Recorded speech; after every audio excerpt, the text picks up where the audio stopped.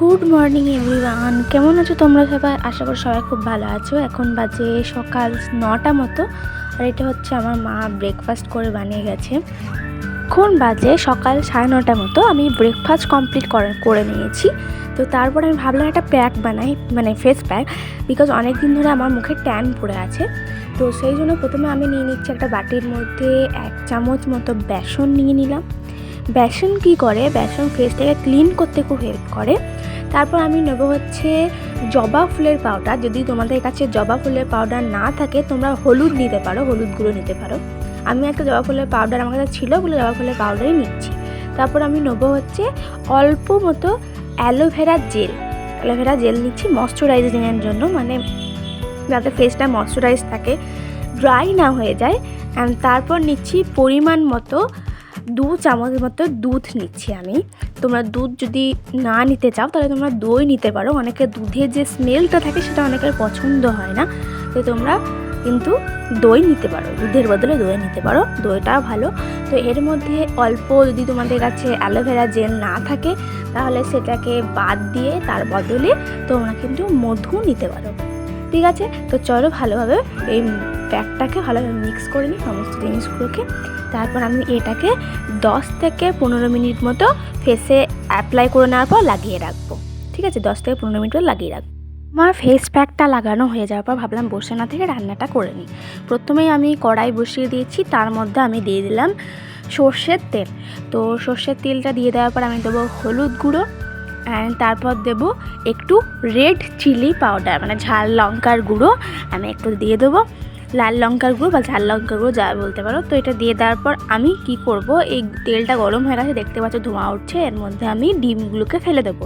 এরপর আমি ডিমগুলোকে ভালোভাবে ভেজে নেব। ডিম ভাজা হয়ে যাওয়ার পর আমি ডিমগুলোকে একটা একটা করে তুলে নেব। ঠিক আছে, ডিমগুলো একটা একটা করে তুলে নেওয়ার পরে আমি যেটা করব সেটা হচ্ছে এর মধ্যে দিয়ে দেবো ডিমগুলোকে তুলে নেওয়ার পর ওই তেলেই আমরা কুচি করে রাখা পেঁয়াজগুলোকে দিয়ে দেবো, এবং একটু তারপর আমি দেবো হচ্ছে কেটে রাখা, মাঝখানে চিড়ে রাখা কাঁচা লঙ্কা। তো কাঁচা লঙ্কা দিয়ে দেওয়ার পর আমি ভালোভাবে এই দুটোকে একটু খুন্তি নিয়ে নেড়ে নেবো।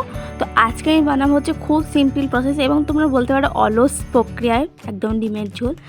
তারপর দেবো হচ্ছে টমেটো, যে টমেটোটা আমি কুচি করে রেখেছি সেই টমেটো আমি কিন্তু এবার দিয়ে দেবো। দিয়ে তিনটেকে ভালোভাবে কষাবো যাতে টমেটোটা আর পেঁয়াজটা ভালোভাবে একটু ফ্রাই হয়ে যায়, একটু ভাজা ভাজা হয়ে যায়, টমেটো যাতে একটু গলে যায়। ততক্ষণ অবধি আমরা কোনো মশলা দেবো না। তো চলো ভালোভাবে এই তিনটেকে ভালোভাবে কষিয়ে নিই, মানে ভালোভাবে সেদ্ধ হয়ে যায়, একটু সেদ্ধ হয়ে যায়। তারপরে এর মধ্যে আমরা বেসিক মশলাগুলো অ্যাড করব। বেসিক যে মশলাগুলো আছে সেগুলো কিন্তু এবার আমরা অ্যাড করে দেবো। তো দেখতেই পাচ্ছ আমার মোটামুটি টমেটোটা গলে গেছে। এবার আমি যে বেসিক মশলাগুলো দিতে হয় রান্নাতে সেগুলো দিয়ে দেবো। প্রথমে দেবো সানরাইজের হলদি পাউডার, তোমরা তোমাদের পরিমাণ মতো দিও, আমি আমার পরিমাণ মতো দিচ্ছি। তারপরে দেবো কাশ্মীরি মির্চ, মানে হচ্ছে কাশ্মীরি লঙ্কার গুঁড়ো। তো কাশ্মীরি মির্চ দিচ্ছি, আমরা বেসিক্যালি বেশিরভাগ মশলায় সানরাইজারই খাই। তারপরে দেবো ভারতের জিরে পাউডার দেবো একটু। জিরে পাউডারটা দিয়ে দেওয়ার পরে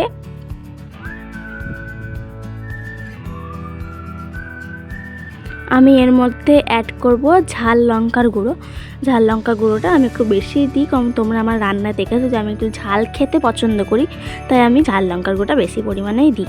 তো এদিকে এবার আমার মশলাটা মোটামুটি তেল ছেড়ে দিয়েছি। এবার আমি ডিম আলুগুলো ফেলে দেবো। তো আমি এখানে নতুন আলু নিয়েছি, তো নতুন আলুর খোসা না ছাড়িয়ে আমার খেতে বেশ ভালোই লাগে। তো দেখতেই পাচ্ছ আমি এগুলোকে মিক্স করে নিয়েছি। এবার আমি এর মধ্যে পরিমাণ মতো জল দিয়ে এটাকে কিছুক্ষণ ফোটানোর পর আমি এটাকে নামিয়ে নেব। এখন বাজে বিকেল 4টে, আমরা একটু বেরিয়েছি বাজার। তো চলো বাজার থেকে এসে দেখা হচ্ছে। গিয়েছিলাম একটু এগরোল আনতে, কারণ অনেকদিন ধরে এগরোল খেতে খুব ইচ্ছা করছিলো। তো চলো এগরোলটা খেয়ে নিই, তারপর যাওয়া হচ্ছে টিউশন পড়তে। তো বেরিয়ে গেছি টিউশন পড়ার জন্য। তো চলো একদম স্যারের বাড়ি যাই, তারপর গিয়ে দেখা হচ্ছে। তো চলে এসেছি স্যারের বাড়িতে পড়তে। তো চলো ভিডিওটা এতটাই, তাহলে আজকে আসছি। সবাই ভালো থেকো, সুস্থ থেকো। আমার চ্যানেলটা ভালো লাগলে সাবস্ক্রাইব করে দিও।